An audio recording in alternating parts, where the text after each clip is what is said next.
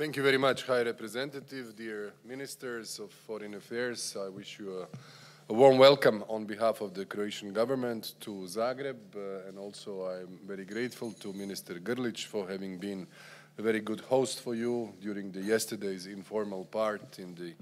Gimnih context here near Zagreb in the city of Zaprešić. And I'm very pleased that you have agreed to transform this informal gathering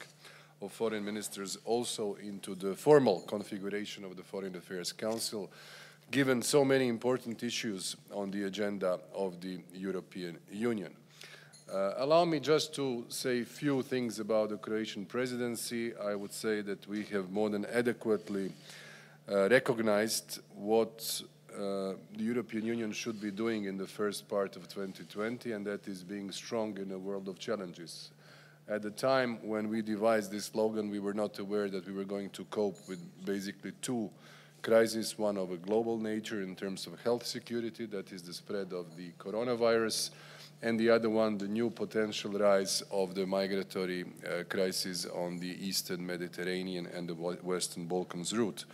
We were more focused on how to complete the first phase of dealing with United Kingdom's withdrawal, and that was successful in terms of negotiating with withdrawal,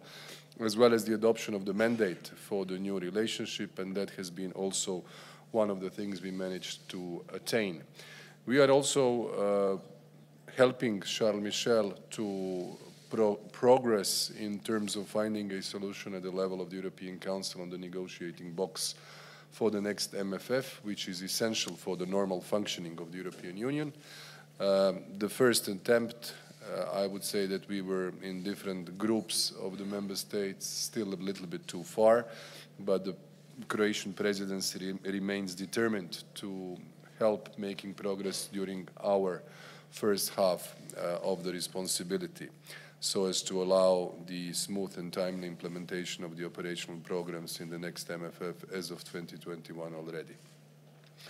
What we are very pleased about is the fact that we have put back on the agenda the issue of the Western Balkans, of Southeast Europe, and the enlargement dossier. I also very much thank the European Commission, Josep, of course, but also to Hungarian Commissioner Várhelyi, to the Commission President Ursula von der Leyen, for having produced a new methodology of the accession negotiations, which I think will enable us to deblock the context we had back in October at the European Council,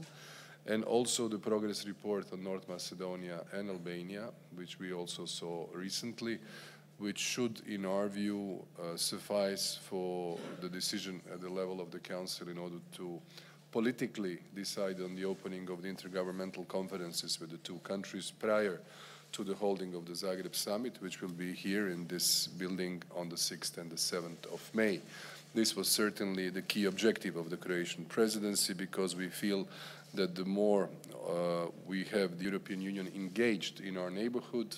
we will be in the better position to influence the whole processes of stability, economic reforms, transformation internally, as well as the solution of the bilateral problems that exist between the countries. So therefore,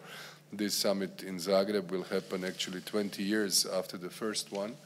and Croatia sees itself as the only country who managed to be on one side of the table back in 2000, and now being on the other side of the table, plus being in the role of the chair of the Council. And that indeed is a great responsibility for us, to help all the neighboring countries to work with the help of all of us in the same direction in the years to come.